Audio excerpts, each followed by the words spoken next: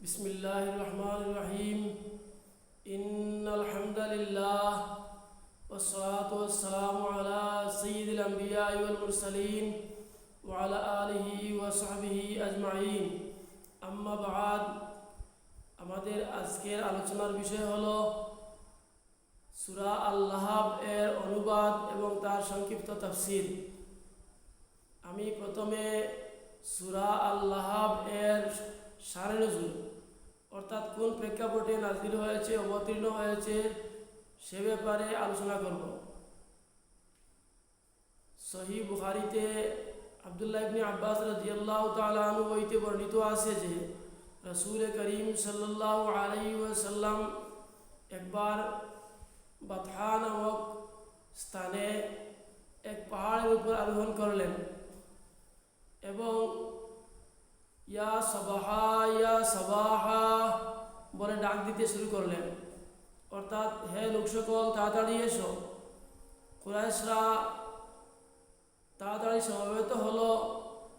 তখন নবী সাল্লাল্লাহু আলাইহি ওয়াসাল্লাম তাদেরকে সম্বোধন করে বললেন যে আমি যদি তোমাদেরকে বলি যে সকালে এবং অথবা সন্ধ্যায় তোমাদের উপর শত্রুরা আক্রমণ চালাবে, তাহলে কি তোমরা বিশ্বাস করবে? তখন তারা সবাই এক সুরে বলল, হ্যাঁ, নিশ্চয়ই আমরা বিশ্বাস করব। তখন রাসূলুল্লাহ সাল্লাল্লাহু আলাইহি ওয়াসাল্লাম তাদেরকে বললেন, তবে আমি তোমাদেরকে বলছি যে তোমাদের উপর এক আযাবের খবর দিচ্ছি। তখন আবু লাহাব বলে উঠল যে তোমার সর্বনাশ হোক, তুমি কি এজন্যই আমাদেরকে ডাকছো? এর পরিপ্রেক্ষিতে আল্লাহ তাবারক ওয়া তাআলা এই সূরাটি নাযিল করলেন, অবতীর্ণ করলেন। আবু লাহাবের নাম ছিল আব্দুল উজ্জা, তার ডাকনাম ছিল আবু লাহাব এবং তার স্ত্রীর নাম ছিল আরওয়া। এবার আমি সূরাটির অনুবাদ করব। বিসমিল্লাহির রহমানির রহিম। তাব্বাত ইয়াদা আবি লাহাবিন ওয়া তাব।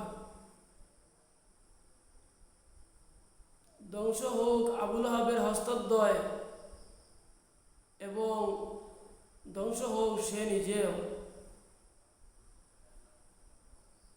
মা আগনা আনহু মালুহু ওয়া মা কাসাব। তার ধন সম্পদ এবং তার উপার্জন তার কোনো কাজে আসেনি। সায়াসলা নারান যাতা লাহাব। অচিরেই সে প্রবেশ করবে এক লেলিহান অগ্নিতে। ওয়া ইমরাআতুহু হাম্মালাতাল হাতাব। এবং তার স্ত্রীও যে ইন্ধন বহন করে। ফি জিদিহা হাবলুম মিন মাসাদ। তার গলদেশে খজুরের রশ্মি নিয়ে।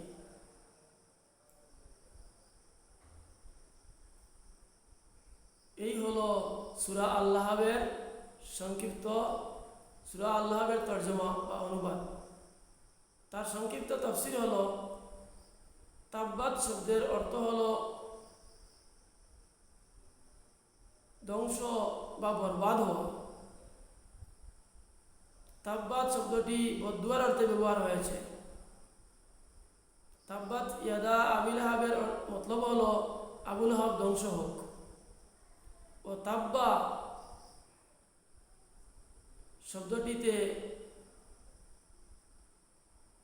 বদদুয়া কবুল হওয়ার খবর দেওয়া হয়েছে, অর্থাৎ আবু লাহাব ধ্বংস হয়ে গেছে। মা আগনা আনহু মালুহু ওয়া মা কাসাব।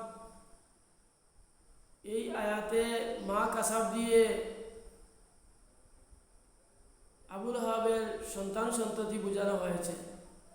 অর্থাৎ যখন আবু লাহাবকে আল্লাহর আযাব পাকড়াও করলো, তখন সে আল্লাহর আযাব থেকে আর তার সন্তান সন্ততি বা ধন সম্পদ তার আল্লাহর আযাব থেকে বাঁচাতে পারল না। সায়াসলা নারান যাতা লাহাব, কিয়ামতে অথবা মৃত্যুর পর কবরে সে ভয়াবহ আগুনে প্রবেশ করবে, লেলিহান অগ্নিতে প্রবেশ করবে। ওয়ামরাআতুহু হাম্মালাতাল হাতাব, এবং তার স্ত্রীও সেই ভয়াবহ অগ্নিতে প্রবেশ করবে। হাম্মালাতাল হাতাব অর্থাৎ যার অর্থ হচ্ছে শুষ্ক কাঠ বহনকারিণী। এই নারী অর্থাৎ আবুল আহাবের স্ত্রী বন থেকে কাঁটাযুক্ত লাকড়ি চয়ন করে আনত এবং নবী সাল্লাল্লাহু আলাইহি ওয়াসাল্লামের চলার পথে রাখত নবীকে কষ্ট দেওয়ার জন্য, তাই তাকে হাম্মালাতুল হাতাব বলা হয়েছে। ফি জিদিহা হাবলুম মিন মাসাদ, মাসাদ শব্দের অর্থ হলো সর্বপ্রকার মজবুত রশি, অর্থাৎ সর্বপ্রকার মজবুত রশিকে মাসাদ বলা হয়। আব্দুল্লাহ ইবনে আব্বাস রাদিয়াল্লাহু তাআলা আনহু বলেন, লোহার তার দিয়ে বলা মজবুত রশি যাহা আবুল আহাবের স্ত্রীর মুখ দিয়ে ঢুকানো হবে এবং তার পাকস্থলীর রাস্তা দিয়ে বাহির করা হবে, এবং যতটুকু রশি বাকি থাকবে সেটুকু দিয়ে তার গলার মধ্যে বেড়ে দেওয়া হবে। এই রশির দৈর্ঘ্য 70 হাত লম্বা।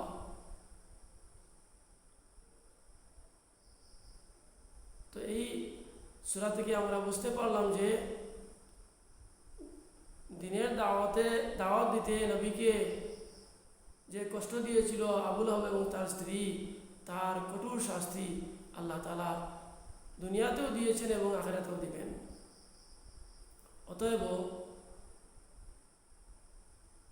দিনের দাওয়াতে হক্কানি উলামায়ে কেরামদের সাথে যারা শত্রুতা রাখবেন তাদের পরিণতিও এভাবে হতে পারে। আল্লাহ আমাদের সবাইকে হেফাজত করুন। আমি আগামী দিনে সূরা আন-নাসর অর্থাৎ ইজা জাআ নাসরুল্লাহ সূরাটির অনুবাদ এবং সংক্ষিপ্ত তাফসীর করব ইনশাআল্লাহ। ওয়া আখিরু দাওয়ানা আলহামদুলিল্লাহি রাব্বিল আলামিন।